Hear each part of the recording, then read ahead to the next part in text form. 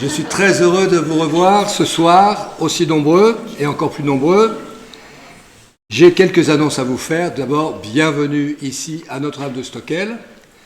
Je remercie encore une fois le Père Jacques-Philippe d'assurer les enseignements jusqu'à dimanche pour nous aider à entrer toujours plus dans ce carême en méditant les béatitudes. Alors, quelques annonces très concrètes. Vous savez que nous ne vivons pas seulement d'amour et d'eau fraîche. Donc les boîtes bleues vous le rappelleront. Quand vous sortez, vous pouvez faire un petit don pour la soirée à laquelle vous avez participé. Sinon, vous pouvez choisir aussi de faire un don à la fin de la retraite, c'est aussi permis. Et si par hasard ça vous échappait, que vous n'ayez pas d'argent liquide, etc., il y a un compte sur le bulletin jaune, c'est-à-dire bulletin paroissial, il y a le compte de la paroisse, et là vous pouvez très bien mettre don retraite carême, et puis voilà, et ça viendra pour assurer les frais. Et bien, essentiellement, je tiens à vous dire, tout va pour le Père Jacques-Philippe, rien pour la paroisse. Voilà, tout va pour le Père Jacques-Philippe. Donc soyez généreux, ça sera très très bien venu. Deuxièmement, nous vivons quand même d'amour et d'eau fraîche, donc nous pouvons recevoir cela à l'adoration. Il y a l'adoration de 8h à 18h. Et au fond, c'est très bien préparé, il y a un petit dossier et il y a une feuille pour chaque jour. Chaque jour, entre 8h et 18h. Si vous avez une heure à donner, rien que pour aujourd'hui, il faut penser comme ça, hein, comme disait la petite Thérèse. Et ça vient aussi, je crois, de Saint Grégoire le Grand. De Jean 23. Rien que pour aujourd'hui. Voilà. Si demain, rien que pour aujourd'hui, vous avez envie de prendre une heure d'adoration, vous vous inscrivez, soit encore une fois sur le papier qui est au fond de l'église, sinon, si ça vous a échappé, à la maison, sur votre téléphone intelligent ou sur votre ordinateur, vous pouvez rejoindre le site de la paroisse de Notre-Dame de Stockel, et alors vous allez sur le doodle de l'adoration du jour. Donc demain, ça sera le mercredi 9 mars. Alors, je tiens à vous dire que nous devons être de très bons ouvriers. Quand vous sortirez, rechargez vos poches d'affichettes. J'ai une dame là qui est arrivée, qui revient de loin, et elle a découvert notre retraite ce soir. Bienvenue. Je ne la regarde pas, hein, je ne la vise pas, je ne la regarde pas.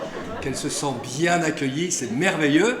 Et vous voyez que ça sert. Donc, ayez une affichette dans votre poche et vous la donnez à quelqu'un pour demain, car il n'est jamais trop tard. Il y a les ouvriers de la première heure, mais il y a aussi les ouvriers du 7e jour. Enfin, très très bonne nouvelle. Déjà, c'est une bonne nouvelle, je vois vos têtes. C'est bon, vraiment, ça me réjouit. Hein. Plutôt que de voir comme ça fait drôle. Hein, regardez, c'est extraordinaire, non? Il y a une différence quand même, non? Alors, on va pouvoir encore profiter. Dimanche, nous aurons une auberge espagnole. Espagnole, je ne sais pas pourquoi, mais ça fait plaisir aux Espagnols. Donc, bienvenue aux hispanophones, mais c'est pour tout le monde. Hein. Néerlandophones, francophones, anglophones, germanophones, et j'en passe, et des meilleurs. Et vous pourrez trouver sur le site de la paroisse la possibilité de vous inscrire. Alors, c'est pas vraiment de s'inscrire à l'auberge espagnole, c'est participer à l'auberge espagnole. C'est-à-dire, vous verrez des plats qui sont proposés, vous choisissez ce que vous pouvez faire dans ces plats. Et ça va faire comme ça un beau petit buffet, je pense espagnol à la fin, pour nous tous. Et nous pourrons partager vraiment la joie de nous retrouver avant tout, bien sûr la joie de nous retrouver et bien sûr la joie de manger tous ensemble, autour d'une table, dans la salle Pax, et même s'il fait un petit peu beau, mais il faudrait qu'il fasse un peu plus chaud, peut-être qu'on pourra aller dans le jardin. Mais en tout cas, c'est prévu bien au chaud. Je vous le dis tout de suite, hein, parce que vous avez froid, je sens que vous avez froid. Donc ne vous inquiétez pas, dimanche, on sera au chaud. Voilà, autour d'une belle auberge espagnole. Je remercie encore le Père Jacques et encore à vous tous une très très bonne soirée.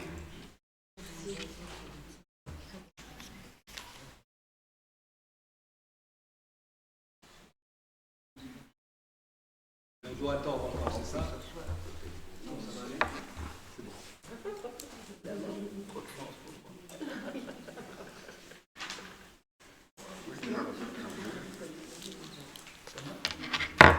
Voilà, donc bonsoir à tous et merci de votre présence. Je vois qu'il y en a qui ont eu le courage de revenir.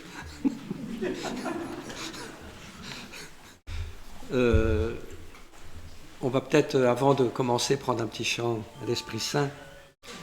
Viens, Esprit de sainteté, viens, Esprit de lumière,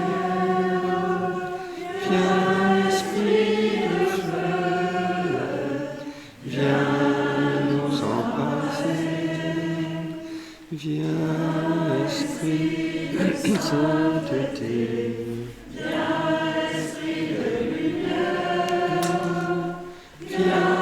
Esprit de feu, viens nous embrasser. Merci de nous réunir encore ce soir, Seigneur, dans ton amour, ta tendresse de Père. Merci d'être au milieu de nous pour bénir chacun de tes enfants. Et nous voulons nous mettre à l'écoute de ta parole et trouver la lumière, la force dont nous avons besoin.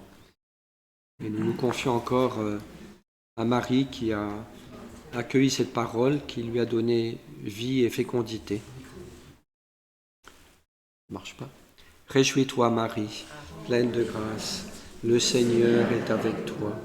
Tu es bénie entre toutes les femmes, et Jésus, le fruit de ton sein, est béni. Sainte Marie, Mère de Dieu, prie pour nous pauvres pécheurs, maintenant et à l'heure de notre mort. Amen. C'est pas bon celui-là. Voilà. Est-ce que ça va bien comme ça? Vous m'entendez? Alors donc nous allons continuer ce soir notre parcours du texte des Béatitudes, le début du sermon sur la montagne, dans l'évangile de Saint Matthieu, donc ces paroles de Jésus que nous connaissons bien, qui sont très belles, mais parfois peut-être qu'on a besoin de les expliquer, de les méditer pour en comprendre un peu la pertinence pour nous aujourd'hui. Donc hier, on a vu ensemble la première béatitude, heureux les pauvres en esprit, les pauvres de cœur, le royaume des cieux leur appartient. Alors je ne vais pas revenir là-dessus, mais on va passer donc à la deuxième. La deuxième béatitude, c'est donc heureux ceux qui pleurent, car ils seront consolés. Heureux ceux qui pleurent, ils seront consolés. Alors, je dirais que dans ces paroles de Jésus, évidemment, on y voit de manière claire une très belle promesse. Je crois que nous connaissons tous des moments de larmes, de souffrance, de peine, sous des formes très très différentes. Et bien, Jésus nous assure qu'après ce temps de la souffrance, des pleurs, viendra un temps de consolation. Ils seront consolés, et ce passif, il veut dire que, en fait, c'est Dieu qui va s'en charger. Que Dieu se fera le consolateur de ceux qui ont été éprouvés, qui ont souffert dans leur vie. Donc c'est vraiment une promesse du Seigneur qui est très belle. Et je crois que ça peut tous nous encourager parce que on a tous ce besoin de temps en temps de vivre des moments de réconfort, de consolation, d'encouragement pour continuer notre route de vie chrétienne et humaine qui n'est pas toujours facile, comme chacun le sait. Donc c'est une belle promesse. Alors une promesse dans la bouche de Jésus, mais qu'on trouve déjà dans l'Ancien Testament. On verra quelques textes. On le trouve dans les psaumes à plusieurs reprises. J'ai parlé hier de l'importance des psaumes, qui est vraiment le livre de prière d'Israël et qui donc témoigne de manière vivante et concrète de cette relation entre le peuple et puis son Dieu. Donc il y a différents psaumes où on trouve cette idée. Psaume 29, au soir les larmes, au matin les cris de joie. Puis un autre psaume, je ne sais plus quel numéro c'est, mais qui dit ceux qui sèment dans... Oui, c'est le psaume 125. Ceux qui sèment dans les larmes moissonneront en chantant. Il y a le temps des larmes, de la semence, du labeur, mais il y aura aussi le temps de la joie, de la récolte, qui viendra un jour. Alors évidemment, cette consolation, ce n'est pas quelque chose qu'on peut programmer. J'ai parlé hier de l'importance de la patience.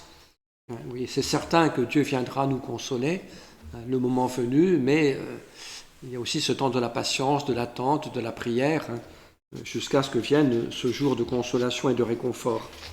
Parfois, ça vient très vite, parfois, ça peut prendre un peu plus de temps.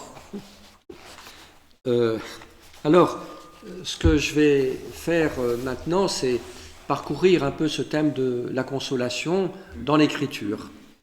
Parce que c'est un thème qu'on trouve dans l'Ancien Testament, mais aussi beaucoup dans le Nouveau Testament, dans la bouche de Jésus. Paul aussi l'évoque assez souvent, on lira des textes de Paul. Et donc c'est un des beaux thèmes de l'Écriture. Et dans la Bible, comme ça, pas mal de fils rouges, vous voyez, de chemins, enfin je ne sais pas comment dire, de thèmes qui se développent tout au long de l'Écriture. Et parmi ces thèmes, je pense que celui-là a une beauté, une importance particulière, et puis ça répond évidemment à un besoin profond du cœur de l'homme. Alors, donc je viens d'évoquer les psaumes. Un des prophètes où donc on trouve le plus ce thème de la consolation, c'est le prophète Isaïe. Dans le livre d'Isaïe, il y a deux parties, deux grandes parties. La première partie, on a tous mis ça sous le nom de Isaïe, mais c'est sans doute deux prophètes différents, à des époques un peu différentes. Le premier Isaïe, donc les chapitres 1 à 39, c'était certainement avant donc la ruine de Jérusalem. Jérusalem qui était envahie, saccagée, détruite par les Babyloniens en 586 avant Jésus-Christ. Donc le premier Isaïe a écrit avant cette période-là, et c'est surtout des textes qui invitent à la conversion. Et puis une fois que le malheur est arrivé, que Jérusalem a été détruite, qu'une bonne partie du peuple a été emportée en exil à Babylone, on sent que dans la tonalité des prophètes, et puis spécialement Isaïe, c'est plus tellement un appel vigoureux au repentir, ça devient plus un message de consolation. Oui, Dieu s'adapte en fonction des besoins de l'homme. De temps en temps, il a besoin d'être secoué pour se convertir, mais de temps en temps aussi, l'homme a besoin d'être consolé. Tout simplement. Oui. Et donc, c'est ce thème que Isaïe va beaucoup développer. Alors, il y a beaucoup de chapitres. Je vais simplement picorer quelques textes donc, où on trouve ce thème de la consolation. Alors, en particulier, donc, au début du chapitre 40, c'est la deuxième partie d'Isaïe. On appelle souvent d'ailleurs cette partie le livre de la consolation d'Israël. Donc il y a beaucoup de textes dans ce style, consoler Israël, consoler Jérusalem. Alors donc ça commence comme ça, le chapitre 40. Consolez, consolez mon peuple, dit votre Dieu. Consolez, consolez mon peuple. Parlez au cœur de Jérusalem. Il s'agit de parler au cœur, vous voyez. Proclamez que son service est accompli, que son crime est expié, qu'elle a reçu de la main du Seigneur double punition pour toutes ses fautes. Donc il y a eu le temps de l'épreuve, mais maintenant vient le temps de la consolation. Et puis donc quelques versets après ces belles paroles, consoler, consoler mon peuple, parler au cœur de Jérusalem, sa peine est finie. Dieu ouvre un temps de consolation, de réconfort. Donc quelques versets après, on a une très très belle image, c'est l'image de Dieu qui vient comme un berger. Il vient avec force, avec puissance. Donc il y a ces paroles qu'on répète au moment de l'Avent, à préparer les chemins du Seigneur, ouvrez dans la steppe un sentier pour notre Dieu. Donc Dieu vient avec puissance, mais il vient aussi comme un bon berger, qui vient encourager et consoler son peuple. Donc voici les paroles. Donc, chapitre 40, versets 10 et 11. Voici le Seigneur Dieu, il vient avec puissance, son bras lui soumet tout. Voici le fruit de son travail avec lui, et devant lui son ouvrage. Et donc là, les paroles très belles. Comme un berger, il fait paître son troupeau. Son bras rassemble les agneaux. Il les porte sur son cœur. Il mène les brebis qui allaitent. Et c'est très beau cette image du bon berger qu'on trouve beaucoup dans l'Écriture, dans l'Évangile, qui vient prendre les petits agneaux sur son cœur. Voyez.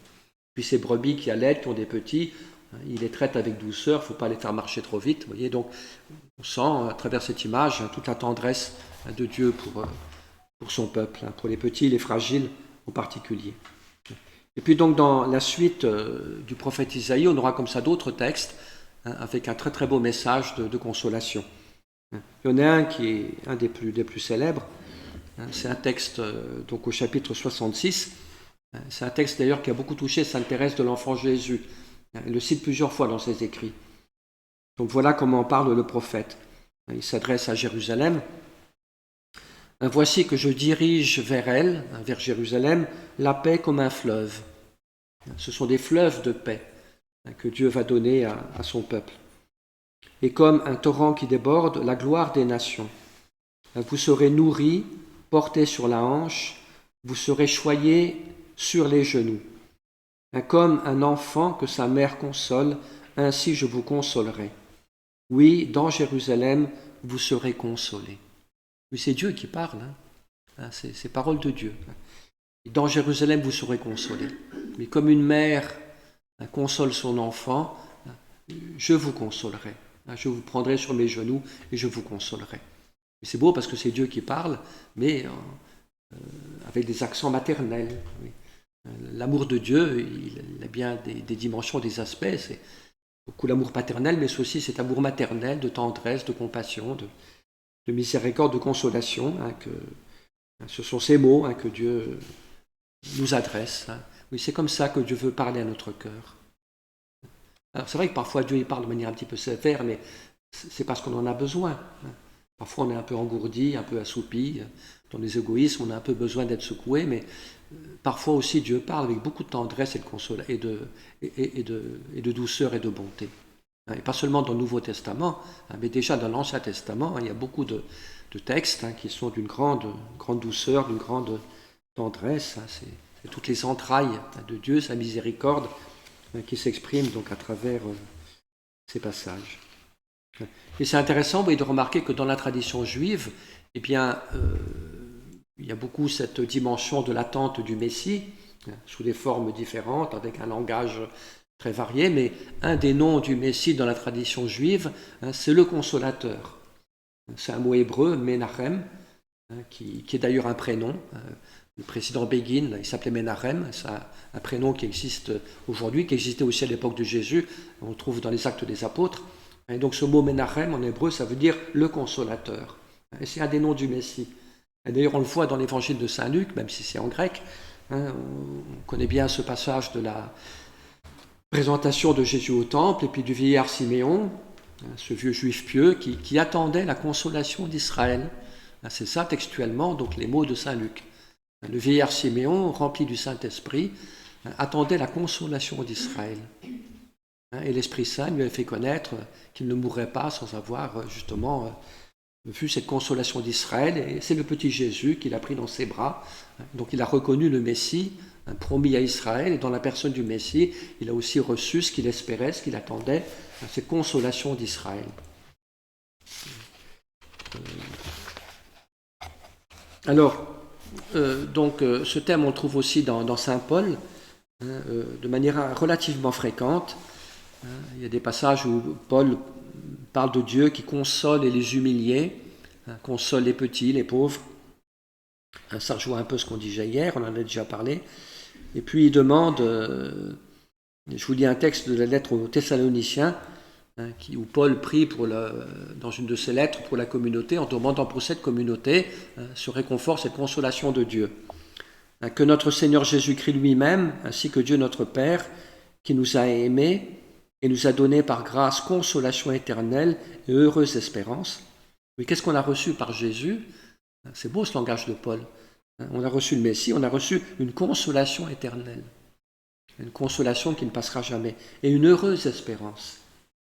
Ça va ensemble, évidemment. Consolation éternelle, heureuse espérance, donc qu'il console vos cœurs et les affermisse en toute bonne œuvre et parole. Et puis dans un autre texte, Paul évoque aussi les Saintes Écritures comme étant un moyen de consolation. Il dit « Tout ce qui a été écrit dans le passé le fut pour notre instruction, afin que la constance et la consolation que donnent les Écritures nous procurent l'espérance. » Une petite parenthèse sur l'importance de l'Écriture. Où est-ce que le chrétien peut trouver consolation? Où est-ce qu'il trouve une constance, une force? Où est-ce qu'il trouve une heureuse espérance? De bien des manières, mais tout spécialement à travers l'Écriture, oui, la parole de Dieu. Et on a un bel évangile aujourd'hui qui nous invite à accueillir la parole de Dieu comme la pluie qui féconde la terre et ne revient pas sans avoir accompli sa mission. Et c'est vrai qu'on expérimente, vous voyez, beaucoup d'entre vous, je suis certain, puis ceux qui ne l'ont pas fait, il faut demander cette grâce au Seigneur, mais c'est très très souvent, on voit des mots de l'Écriture qui nous consolent, d'une manière parfois très très douce. Vous voyez, ça peut être une parole d'un psaume, ça peut être une parole de Jésus ou un mot de Paul.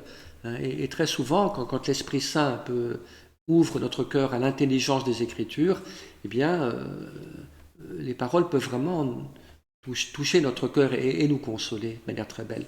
Et moi, je me souviens qu'il y a de nombreuses années, là, j'avais traversé un moment un peu difficile de ma vie, j'étais un peu découragé, un peu abattu, et puis j'avais été faire une retraite dans un monastère de trappistes près de Lyon.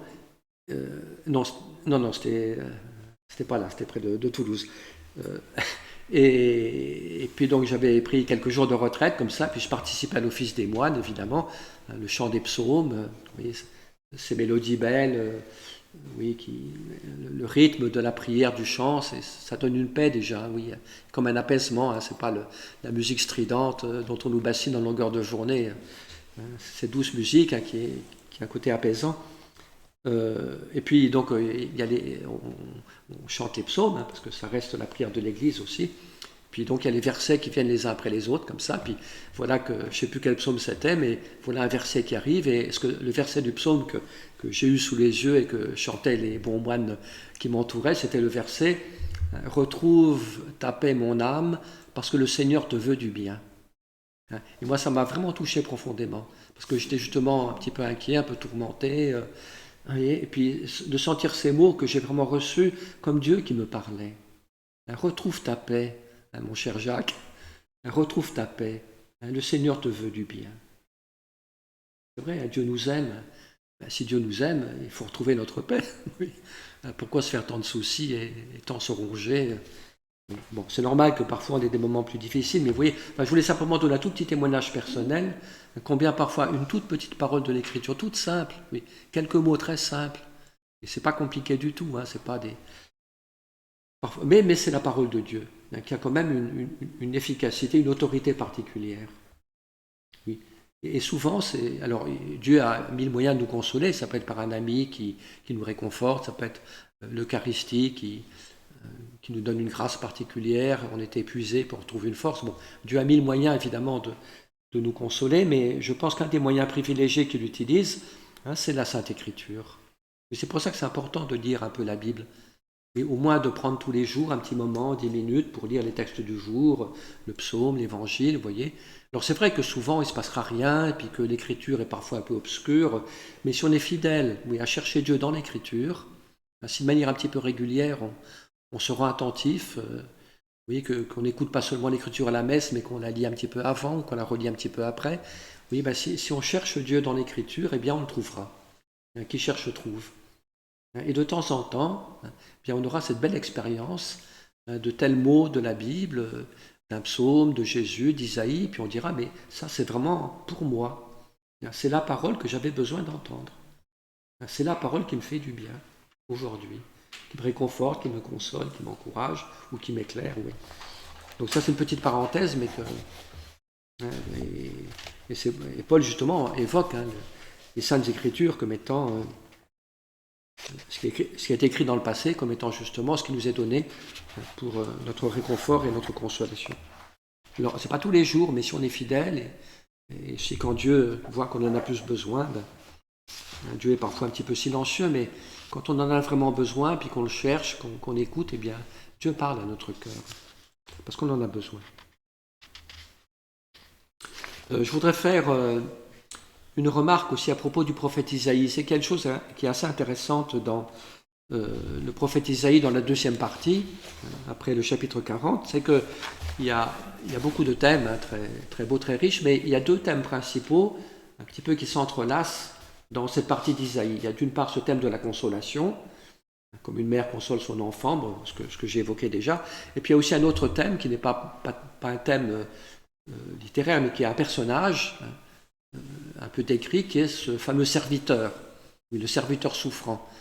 Vous savez que dans Isaïe, à partir dans les chapitres 50, 60, il y a ce qu'on appelle les chants du serviteur, donc 4 espèces de poèmes qui décrivent un personnage mystérieux, où il y a un serviteur de Dieu, mais qui passe par la souffrance, humilié, éprouvé, rejeté, méprisé de tous, vous voyez, et donc qui est une très belle préfiguration du Christ dans sa passion. Vous voyez.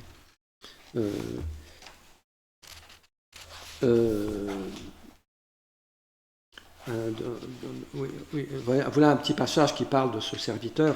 Objet de mépris, abandonné des hommes, homme de douleur, familier de la souffrance. Maltraité, il s'humiliait. Il n'ouvrait pas la bouche comme l'agneau qui se laisse mener à l'abattoir. Et puis un peu plus loin, le châtiment qui nous donne la paix est sur lui, et dans ses blessures nous trouvons la guérison. Donc il y a ce serviteur souffrant, ce personnage un peu mystérieux, mais en même temps, à travers et dans ses blessures, on est guéri, et, vous voyez, et le châtiment qui nous donne la paix, c'est lui qui a subi le châtiment, qui à nous donne la paix, nous donne la guérison. Et je trouve que c'est très important, c'est pas un hasard évidemment qu'il y a un peu ces deux thèmes, le thème de la consolation et puis le thème de Jésus souffrant, du serviteur souffrant, que les deux thèmes arrivent un peu en même temps parce que, eh bien justement, toute consolation vient de la croix. Oui. C'est parce que Jésus a souffert, c'est parce qu'il a connu la souffrance, il a été proche de nous par la souffrance, et c'est comme ça qu'il peut nous consoler. C'est ce que dit la lettre aux Hébreux. Du fait que Jésus a lui-même souffert par l'épreuve, il est capable de venir en aide à ceux qui sont éprouvés. Nous n'avons pas un grand prêtre impuissant à compatir à nos faiblesses, lui qui a été éprouvé en tout d'une manière semblable à l'exception du péché.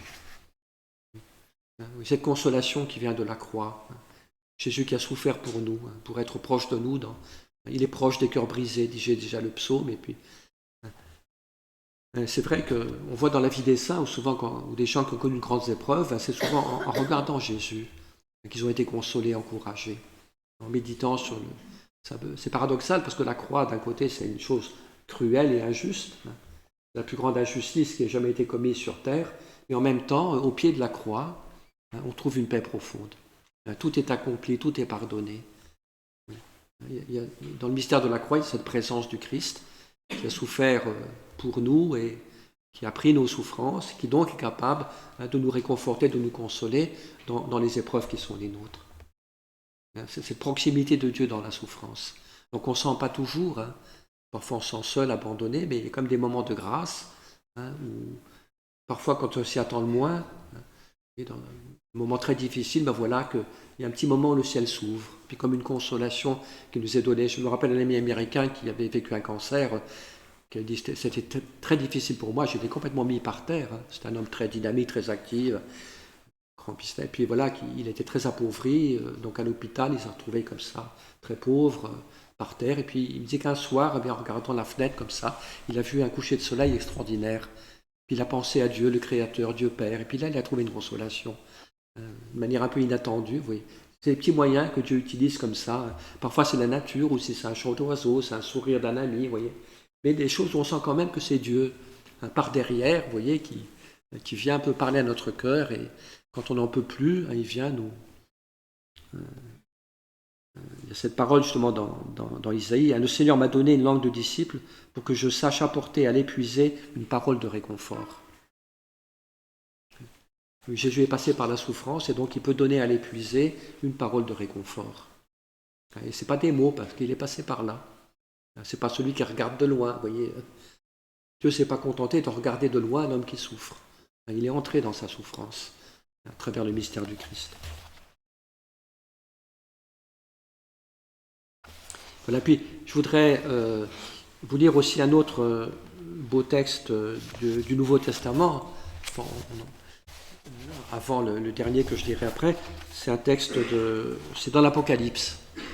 Donc ce livre qui est un peu mystérieux à comprendre, mais qui est beau et important. Puis en fait, le message essentiel de l'Apocalypse, c'est un message adressé à l'Église qui est persécutée, qui souffre. Vous voyez. Donc il y a tout ce combat, les puissances du mal qui se déchaînent. Mais en même temps, c'est un message d'espérance et de consolation. Le message fondamental de l'Apocalypse, pour une Église qui traverse des moments difficiles. Donc c'est très actuel en fait, pour un monde aussi qui traverse des moments difficiles. C'est vrai que ce qu'on vit actuellement, c'est terrible. Vous voyez, en Ukraine et tout ça, on ne peut pas être indifférent à tout ça. Il faut vraiment prier, supplier Dieu de toucher le cœur des hommes.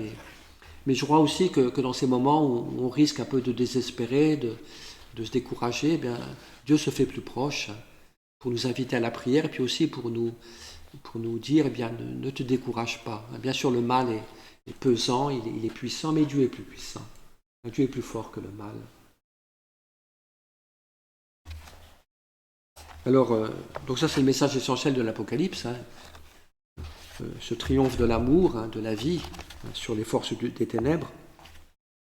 Et donc il y a un beau passage à la fin de l'Apocalypse qui est justement la venue du royaume, la venue du Christ en gloire, donc avec cette très très belle image de la nouvelle Jérusalem, cette cité merveilleuse, belle comme une épouse qui s'est préparée pour son époux.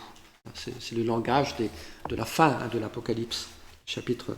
Donc voilà, au chapitre 21, hein, il y a ces mots écrits par Saint Jean, qui voit la nouvelle Jérusalem. Alors j'ai vu un ciel nouveau et une terre nouvelle, car le premier ciel et la première terre s'en étaient allés, et de mer il n'y en a plus. Et la ville sainte, la Jérusalem nouvelle, je l'ai vue qui descendait du ciel d'auprès de Dieu, prête pour les noces, comme une épouse parée pour son mari. Cette cité nouvelle qui descend du ciel, dans toute sa beauté et sa splendeur, comme une mariée qui s'est faite belle, hein, pour son époux. Et j'entendis une voix forte qui venait du trône, qui venait de Dieu. Elle disait, « Voici la demeure de Dieu avec les hommes. Il demeurera avec eux, et ils seront son peuple, et lui-même, Dieu avec eux, sera leur Dieu. » Dans ce royaume, eh bien, Dieu demeurera pour toujours avec les hommes. Il sera leur Dieu et ils seront son peuple pour toujours. Donc il demeurera avec eux, ils seront son peuple, et lui-même, Dieu avec eux, sera leur Dieu. Il essuiera toute larme de leurs yeux. C'est une citation d'Isaïe d'ailleurs. Il essuiera toute larme de leurs yeux, et la mort ne sera plus. Il n'y aura plus ni deuil, ni cri, ni douleur. Et plus de mort, plus de souffrance. Tout cela disparaîtra. Et Dieu consolera, essuiera toutes les larmes de nos yeux. La proportion entre les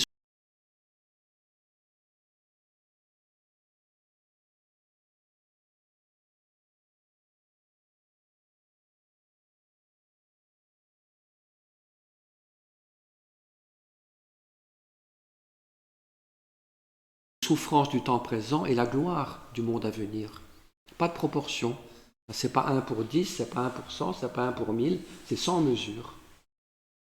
Que la gloire que Dieu donnera à ses enfants, à ses élus, le bonheur qu'il donnera, eh bien, sera sans proportion avec les souffrances du temps présent.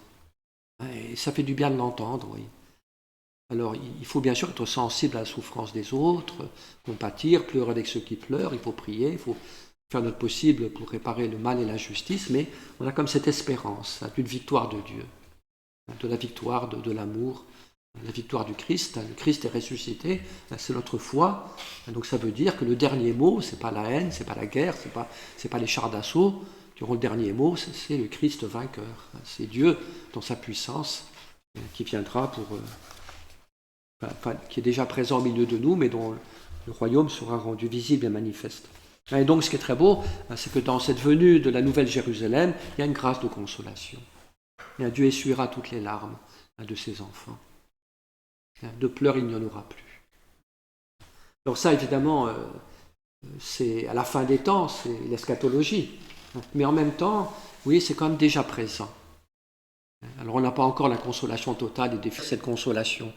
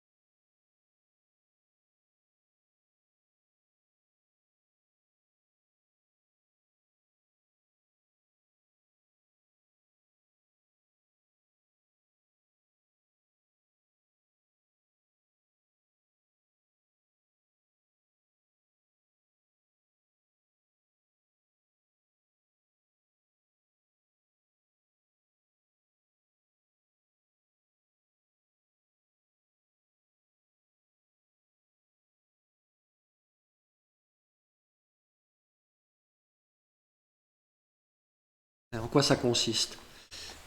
Et je pense que il me semble que dans cette notion de consolation, on peut mettre 4 réalités importantes. Oui. Alors, il y a bien sûr l'aspect un peu sentimental, affectif, émotionnel, vous voyez, comme le petit enfant qui pleure et qui est pris dans des bras, cette dimension de tendresse, cette dimension affective qui est présente.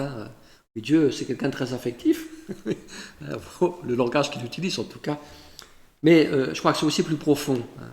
Oui, c'est pas simplement une émotion qui nous fait du bien pendant un petit moment, mais c'est un travail plus profond dans notre cœur. Et moi, je crois que dans cette grâce de consolation, qui est justement ce que nous donne le Christ, mais c'est aussi le travail de l'Esprit Saint. Oui, c'est pour ça que c'est tellement important de demander le Saint-Esprit. Il est le consolateur. Il nous ouvre les Écritures. Il rend présent le mystère du Christ. Il rend présent la tendresse de Dieu le Père. Tout ça, ça serait des mots s'il n'y avait pas le Saint-Esprit, qui rend vivante les réalités de la foi. C'est ça qui est terrible, c'est que très souvent, nos réalités de la foi, on en parle, on les dit, mais ça reste un peu abstrait. Et c'est le Saint-Esprit qui rend vivante, actuelle, ces mots de l'Écriture, ou les réalités de la vie chrétienne et de la foi. Et donc, qu'est-ce qu'il y a dans la consolation? Je pense qu'il y a 4 choses. La première chose, et c'est un peu le sens étymologique, enfin, je n'ai pas trop vérifié, je ne suis pas linguiste, peut-être que quelqu'un pourra me corriger, mais dans le mot consolation, il y a solitude, et cum, c'est quelqu'un avec. Donc, oui, donc c'est donc ne plus être seul. C'est le premier point, c'est peut-être le plus important. Je me sentais seul, abandonné, perdu, personne ne me comprenait. Oui. Je me trouvais vraiment bien seul à apporter ce que j'avais apporté. Et puis non, cette consolation me fait comprendre, tu n'es pas seul. Tu n'es plus seul, quelqu'un est là. Mais Dieu est présent, avec son amour, avec sa bonté. Tu n'es pas seul, tu n'es pas abandonné. C'est un thème qu'on trouve beaucoup dans Isaïe. Jérusalem, toi qui te pensais abandonné, voilà que Dieu va t'épouser à nouveau. Bon. Donc c'est passé de l'abandon, de la solitude, à une présence. Bon, qu'on sent peut-être pas toujours, mais on la sent à certains moments, et puis surtout une présence qu'on accueille par la foi. Oui, Dieu est là. Il est là dans l'Eucharistie, il est là dans sa parole, il est là dans la communauté. Oui, Dieu est là. Oui, Dieu n'est pas absent, même si sa présence n'est pas toujours sensible. Donc c'est ça, le premier aspect de la consolation, ne plus se sentir seul et abandonné, mais je dirais goûter une présence, percevoir une présence fidèle qui nous accompagne. C'est ça le plus important, vous voyez.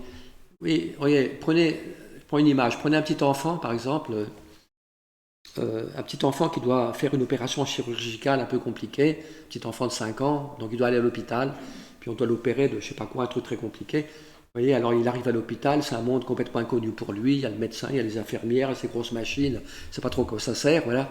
Je dirais, ce petit enfant, qu'est-ce qui va lui faire du bien, qui va un peu l'aider à se laisser faire et à avancer. C'est pas que le médecin lui explique tout.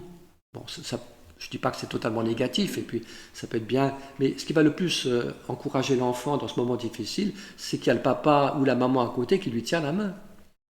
Qu'est-ce qui va aider le petit dans cette traversée un peu étrange et inquiétante? Eh bien, c'est une présence d'amour qui t'accompagne. Et c'est de ça dont on a le plus besoin. Oui, une présence d'amour qui nous accompagne. Et nous, on voudrait des explications, qui ne nous satisferont jamais, parce qu'on en demandera toujours plus. On voudrait toujours tout comprendre, tout expliquer, savoir le pourquoi de tout. Non, donc qu'on réfléchisse, qu'on prenne des raisons, qu'on sache le pourquoi de telle ou telle chose. Je ne dis pas que c'est inutile, parfois c'est très utile, mais on ne peut pas non plus avoir toujours la réponse à la question pourquoi. Et on peut s'enfermer dans cette question. On peut y tourner en rond. Moi, j'ai connu des gens comme ça qui tournaient en rond.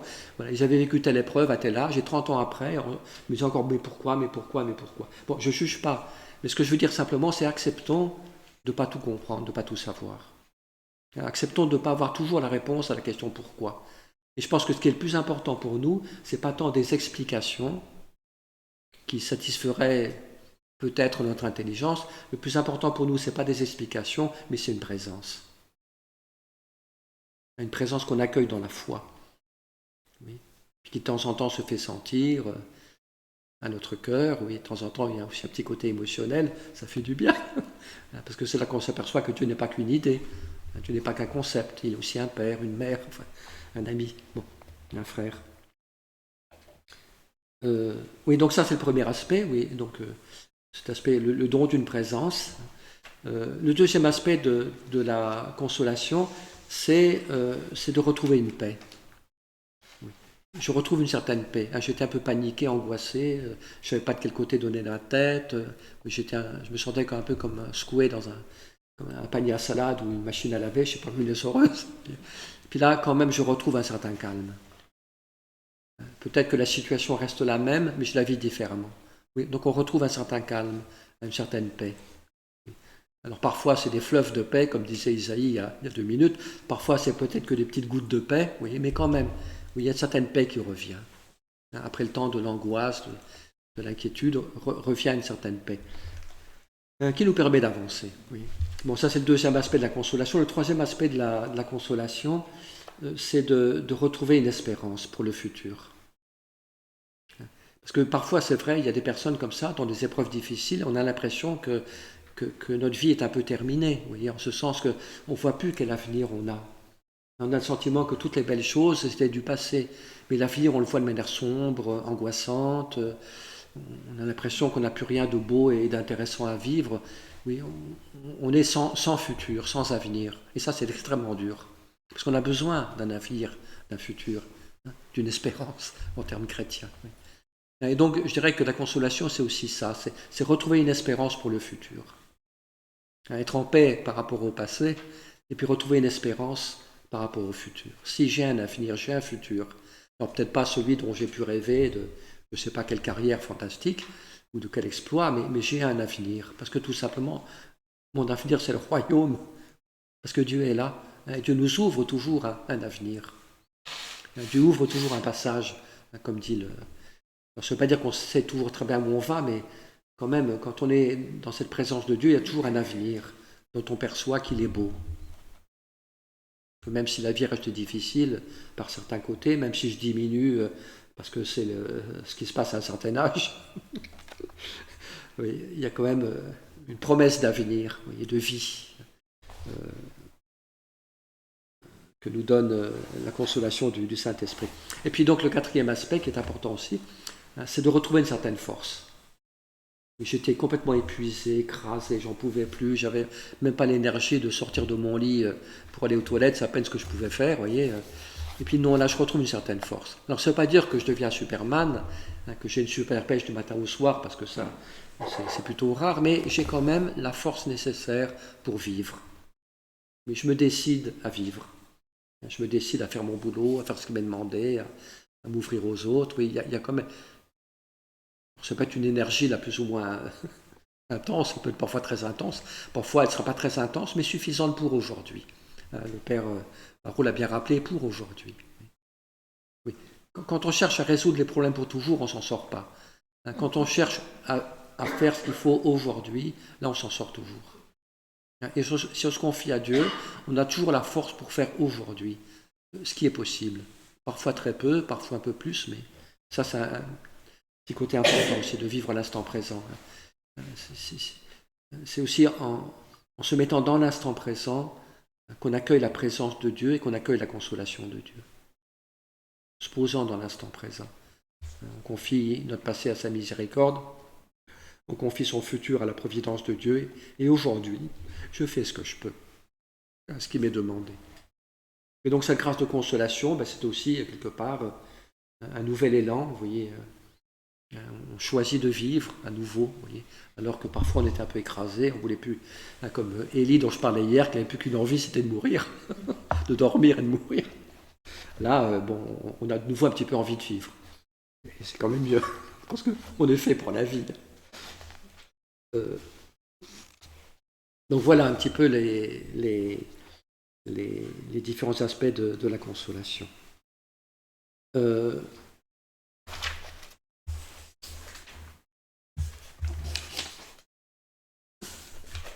J'avais noté un petit truc qu'il ne fallait pas que j'oublie, mais je n'ai plus où j'ai mis. J'ai oublié le petit papier où j'avais mis ce que je ne vais pas oublier. Ah voilà. Il faut faire aussi une petite remarque. Oui, donc on a parlé des larmes, hein, heureux ceux qui pleurent. Petite remarque, c'est qu'il y a différents types de larmes dans la vie. Je ne vais pas trop détailler ça, mais donc les larmes qui vont être consolées, dont je viens de parler, c'est les larmes de la souffrance, hein, de l'épreuve, de la souffrance. Mais il y a parfois aussi d'autres larmes qui ont une certaine beauté, enfin une certaine importance au niveau spirituel. Il y a aussi des larmes qui reçoivent très vite consolation, qui sont les larmes du repentir. Oui, quand vraiment je réalise mon péché, ma dureté de cœur, mon orgueil, puis que je me dis quand même, ben, c'était pas chouette, hein, qu'on commence à regretter sincèrement, oui, nos fautes et nos péchés. Oui, quand on commence à pleurer, oui, comme Pierre qui a pleuré. Oui, alors, c'est peut-être pas toujours des larmes physiques, hein, c'est pas forcément obligatoire, mais quand même, c'est ce que les anciens, c'est un mot qui n'est plus du tout à la mode, ce que les anciens appelaient la componction. Oui, donc c'est le cœur qui est touché. Oui. Et les pères du désert disaient, oui, celui qui pleure son péché est plus grand que celui qui ressuscite les morts. Il faut mieux pleurer son péché que de faire des miracles. Parce que d'abord, ces larmes, elles reçoivent très vite consolation. Quand on reconnaît sa faute et qu'on la confie à Dieu, ben très vite, tout de suite, on est pardonné. Et puis, on a une consolation. Et moi, petite parenthèse, vous voyez, les gens qui ne se confessent pas ne se rendent pas compte de toutes les consolations dont ils se privent. La confession, c'est un lieu de consolation. Et malheureusement, il y a, je ne sais pas quel pourcentage de chrétiens, ça dépend des lieux, qui s'en privent tout bêtement. On ne se confesse pas parce que... Mais enfin, c'est aberrant. On en a besoin. On est pécheurs. Et c'est là qu'on rencontre Dieu qui nous pardonne. Le Père qui nous fait miséricorde, qui nous prend dans ses bras. C'est là que le Saint-Esprit nous console. Du mal qu'on a fait et puis qui nous fait mal à nous aussi. Quand on a fait le mal, on est mal. Et pour se retrouver bien, ben, il faut se confesser, il faut se repentir, il faut demander pardon au Seigneur de nos fautes. C'est des larmes très précieuses que les larmes du repentir. Et puis il y a aussi d'autres larmes qui sont très belles, c'est les larmes de la compassion. Pleurer avec ceux qui pleurent, la sensibilité à la souffrance de l'autre. Le cœur qui est touché parce que voilà, telle personne est humiliée, telle personne est en détresse. Bien, bon, le petit peu que je peux faire, je vais essayer de le faire. Oui. Et je pense que quelqu'un comme ça qui connaît ces larmes de compassion, eh bien, il sera consolé aussi. Parce qu'il essaiera de faire le petit peu qu'il peut pour justement donner réconfort et encouragement. Vous voyez, et donc ça sera une consolation aussi, qui lui sera donnée tôt ou tard.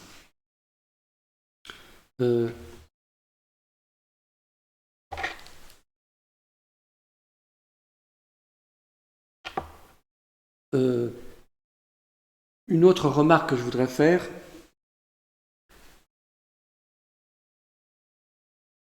c'est que pourquoi est-ce que cette grâce de consolation est importante? Elle l'est pour toutes les raisons que j'ai évoquées, mais je voudrais aussi évoquer une raison qui me paraît, ça me paraît intéressant de la mettre en lumière. Oui. Alors, c'est sûr qu'il ne faut pas tout le temps chercher des choses sensibles et sentimentales dans la vie chrétienne. Il faut savoir marcher dans la foi, accepter la sécheresse. Mais je dis, c'est quand même pas interdit de demander à Dieu. Je vous invite vraiment à le faire. Là, vous avez ma permission ce soir. On a le droit comme de demander à Dieu des grâces de consolation. Parce que ça nous fait du bien quand même. Puis du coup, ça fera du bien aux autres. Parce qu'on sera plus paisible, plus tranquille, plus libre, plus dans l'espérance. Et donc, ça sera bon, pas seulement pour moi, mais pour toute la famille ou tous les amis. Vous voyez. Et puis, une des raisons pour lesquelles c'est important, c'est que c'est un truc dont je reparlerai demain quand on parlera de la douceur. Oui, c'est que cette consolation du Saint-Esprit, elle nous évite de nous endurcir. Que nos cœurs s'endurcissent. Parce que c'est ça le danger, vous voyez. Je pense qu'il y a certaines épreuves qui sont nécessaires dans notre vie pour nous convertir, pour arracher notre carapace d'orgueil, de suffisance. Mais le problème, c'est que quand une personne humaine, comme ça, connaît des moments de souffrance et d'épreuve, eh bien, ça peut être très dur, et ça peut endurcir. On peut devenir méchant. Il y a parfois comme ça des personnes qui sont devenues méchantes parce qu'elles ont beaucoup souffert. Alors comme moi j'ai souffert, eh bien, je me crois autorisé à faire souffrir les autres. On dit, certains le disent explicitement, mais parfois on ne le dit pas explicitement, mais c'est ce qu'on fait.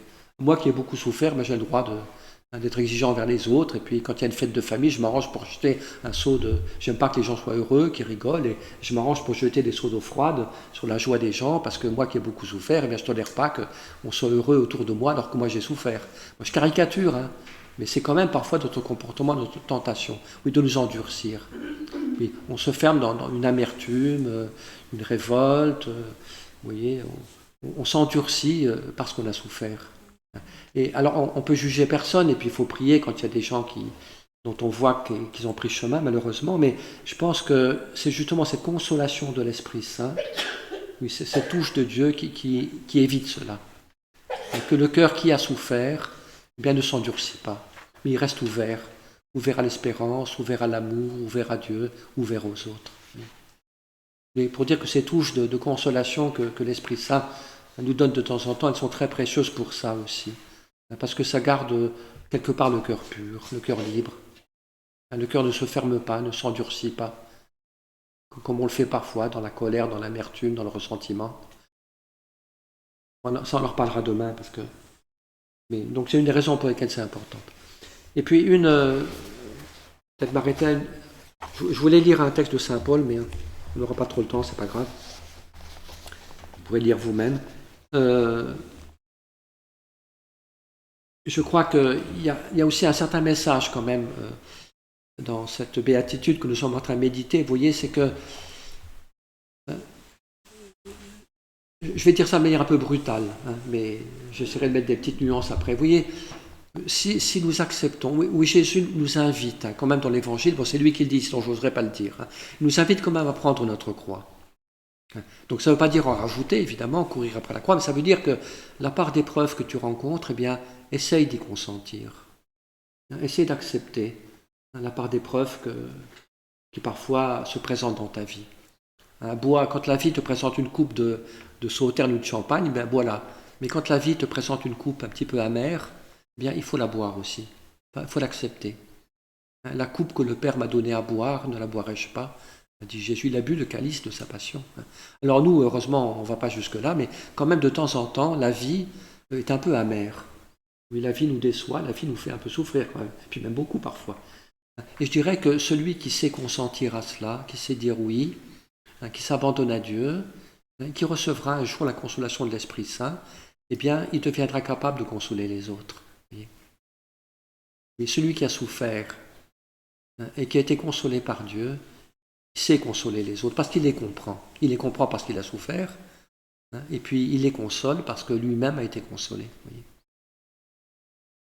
Et là, il y a un très très beau mystère. Oui, si j'accueille, bon, il faut bien comprendre ça, parce que parfois on était trop doloriste dans l'Église. C'est vrai qu'il y a eu parfois des manières de parler de la croix, de la souffrance un peu exagérées, comme si c'était ce qui nous sauve, c'est pas la souffrance, c'est l'amour.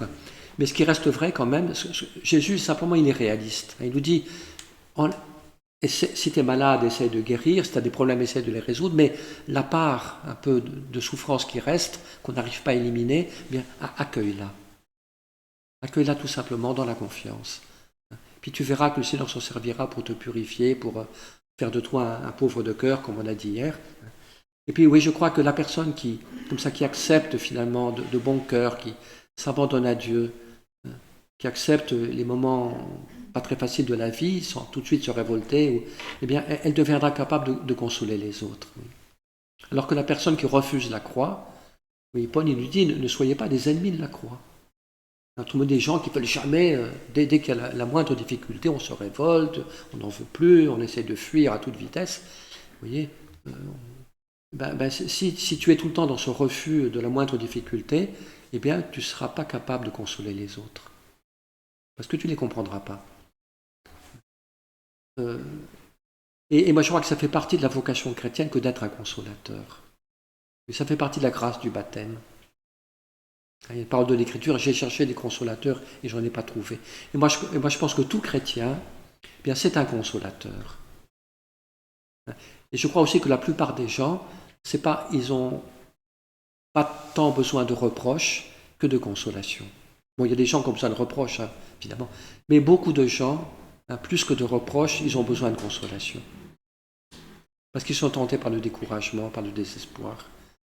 où il y a un grand besoin de consolation aujourd'hui. Et moi, je pense que le brave petit chrétien, le pauvre en esprit, comme on disait hier, le brave petit chrétien, tout simplement, qui essaye d'aimer Dieu et d'être fidèle, eh bien, je pense qu'il a une grâce pour consoler. Parce que Jésus est là. Comment?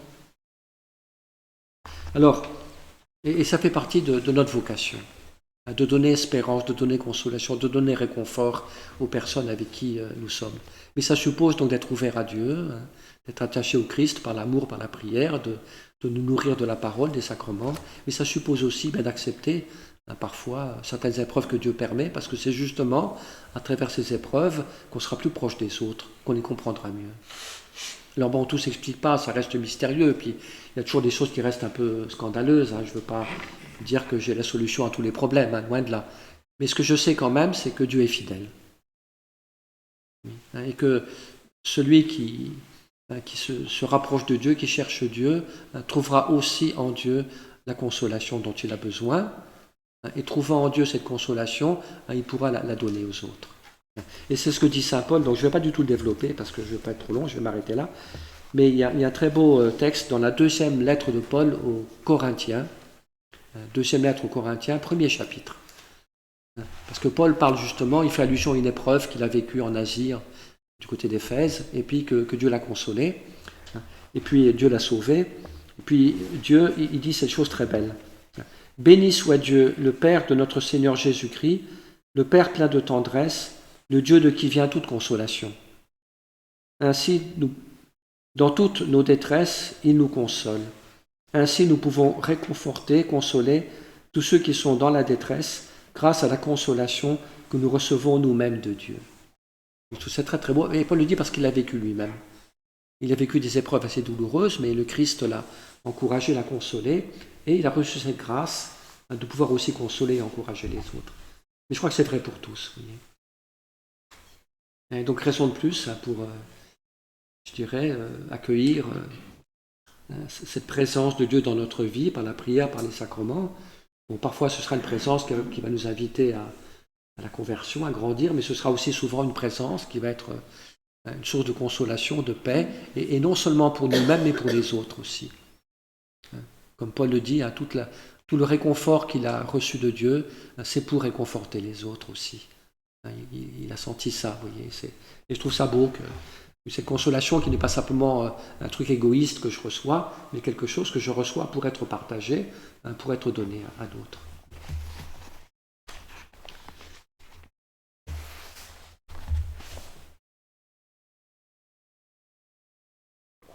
Voilà, donc j'ai terminé pour ce soir, je ne veux pas être trop long. Donc on va prendre un petit moment de prière. Puis est-ce qu'il y a, on va prendre un petit temps, mais pas trop long. S'il y avait quelques questions quand même, des choses que j'ai dit qui pourraient être mal comprises, mal interprétées, ou qui ne sont pas claires, ou... Oui? Il me manque un aspect. J'ai l'impression que les pleurs...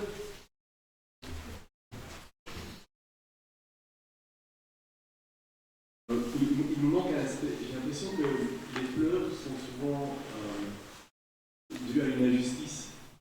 Oui. Est-ce que la plus belle consolation ne serait pas le rétablissement de la justice? Ben, ça me paraît juste. Parce que vous n'en avez pas parlé du tout. Oui, ben écoutez, c'est très bien, ben vous me donnez une idée, la prochaine fois j'en parlerai. Non, mais c'est très juste, parce que... Non, mais je vous remercie, ça m'éclaire ce que vous dites là. C'est intéressant de prêcher, parce que comme ça on apprend des choses. Parce que même la mort est une injustice, c'est quand même... Oui. Alors, c'est vrai que je crois qu'une des grandes souffrances de l'homme, c'est le sentiment d'injustice. Oui. C'est trop injuste que... Alors, moi je crois que... Mais c'est justement... Alors, la question un peu délicate, c'est celle du rétablissement de la justice. Vous voyez. Alors, parce que moi je crois qu'on peut être consolé, même si toute justice n'est pas encore rétablie. Il reste des choses injustes, et puis il y en aura jusqu'à la fin des temps. Et c'est Dieu qui, par la venue de Jérusalem, rétablira toute justice. Mais ce que je veux dire, moi, ce qui me paraît important, c'est que la personne qui, je dirais, connaît Dieu, qui vit une amitié avec Dieu, le chrétien qui chemine avec le Seigneur, vers le Père avec le Saint-Esprit, eh bien, nous avons quand même cette perception que Dieu saura, même si moi je ne sais pas comment, et je ne sais pas toujours quand, mais on a comme cette perception que Dieu saura rétablir toute justice. Et puis que les hommes qui ont été injustes, eh bien, on prie pour qu'ils se convertissent et puis qu'ils changent, etc. Bon.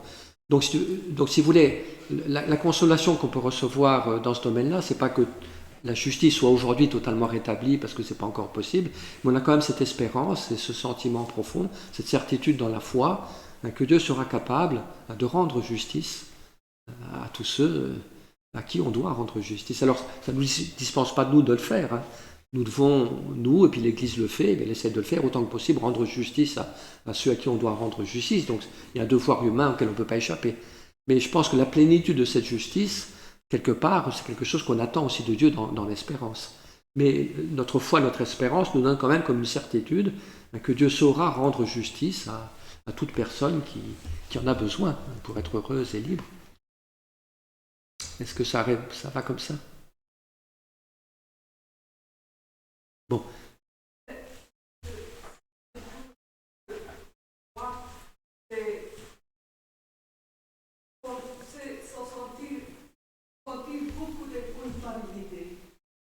Oui, je crois qu'une des consolations de Dieu, c'est justement le pardon. Oui, qu'est-ce que c'est que le pardon de Dieu? C'est la consolation donnée à quelqu'un qui se sentait coupable. Je me sentais coupable, écrasé de culpabilité, puis voilà que je suis consolé, parce que je me rends compte que Dieu même me pardonne. De vos péchés, je ne me souviendrai plus. Toutes ces paroles de pardon, qui sont tellement, de miséricorde, qui sont tellement abondantes dans la Bible. Donc ça, c'est aussi un aspect de la consolation, ce savoir pardonner, avoir la certitude du pardon. C'est aussi la façon de nous-mêmes agir vers soi-même, et ça vient même de nos sens, par les regards, par les paroles, oui. par les actions. Vous dire que la culpabilité... La culpabilité oui. qu'on se fait, qu'on reçoit depuis la oui. Enfin, depuis notre naissance, et même en grandissant, il y a trop de culpabilité oui. qui vient de l'extérieur ou vient de soi-même, oui. qui vient de notre propre famille ou vient de... Voilà. Oui. Et c'est ça, c'est toutes ces culpabilités oui. qui, on est enfermés et on trouve beaucoup de satisfaction. Oui, mais c'est... Alors, il faut reconnaître nous-mêmes, demander pardon soi-même, parce que nous-mêmes, on se culpabilise parfois. Oui. Mais justement, moi, je crois que toute l'œuvre du Christ, enfin, un aspect de l'œuvre du Christ, c'est nous libérer de la culpabilité, à travers le pardon, à travers la réconciliation avec soi-même, avec les autres. Donc, alors, on va pas trop en parler, parce que c'est un thème très complexe au niveau humain, psychologique, mais de toute façon, ça fait partie du paquet cadeau de la rédemption. Je dirais la guérison de la culpabilité. Et elle ne peut venir que de Dieu, moi je crois, la guérison de la culpabilité. Parce que pendant tout un temps, on a dit ce qui culpabilise l'homme, c'est Dieu, avec ses commandements, donc on va se débarrasser de Dieu, puis on sera plus coupable. C'est le contraire. Et moins il y a de Dieu, plus il y a de culpabilité. Parce que seul Dieu peut guérir l'homme de la culpabilité. Il faut une parole d'autorité, une parole divine pour libérer l'homme de sa culpabilité. Pas seulement... il peut y avoir un travail psychologique utile aussi, mais fondamentalement, l'homme ne peut pas s'absoudre lui-même. Il a besoin d'être absous par quelqu'un d'autre, par le Père de miséricorde. Bon, on va peut-être s'arrêter là, parce que sinon, c'est des thèmes très très importants, très intéressants, mais je ne voulais pas qu'on y passe trop de temps, parce que certaines personnes aussi... dont moi, ne veulent pas se coucher trop tard. Pardon. Voilà, je propose qu'on prenne un tout petit moment de prière, tout simple.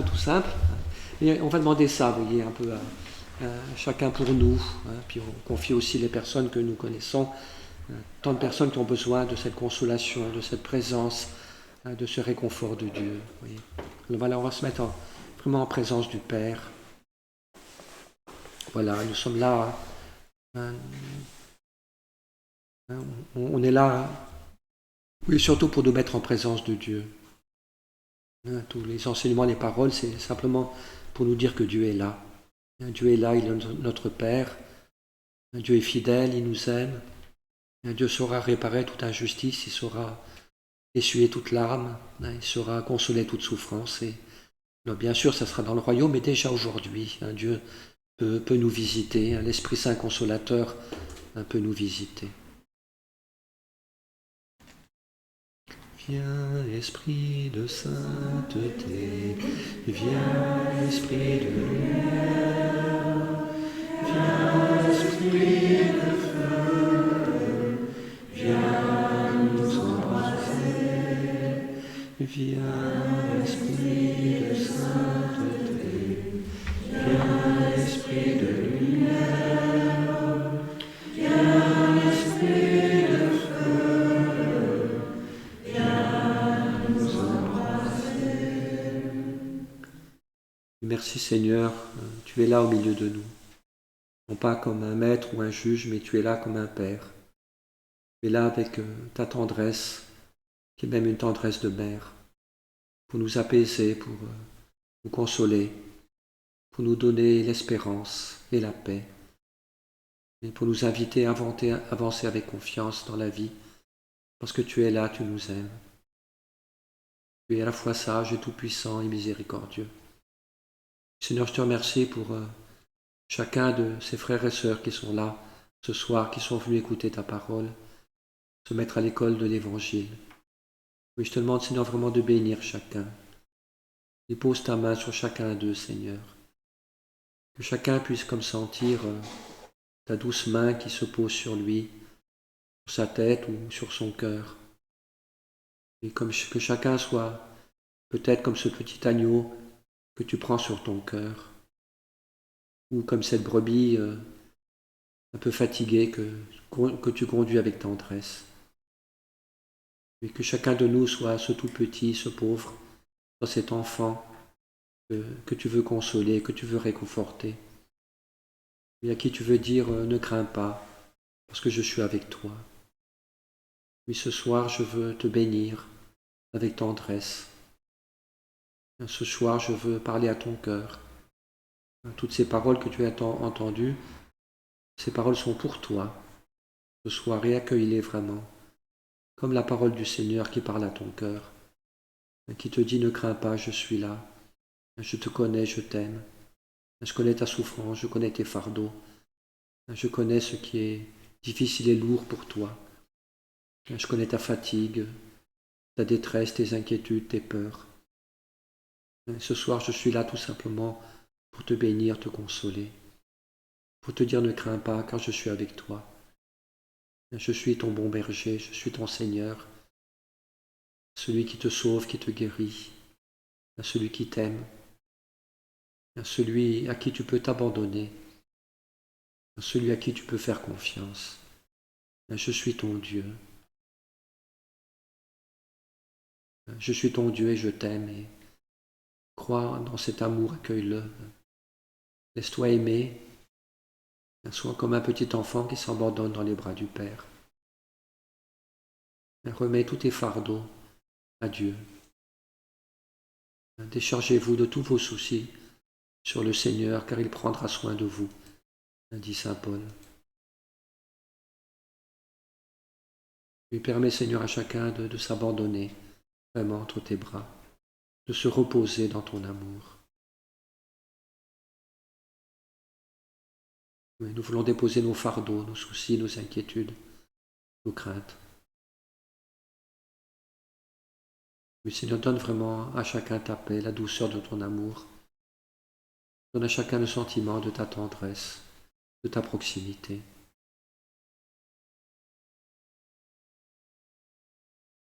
Oui, viens bénir chacun, Seigneur.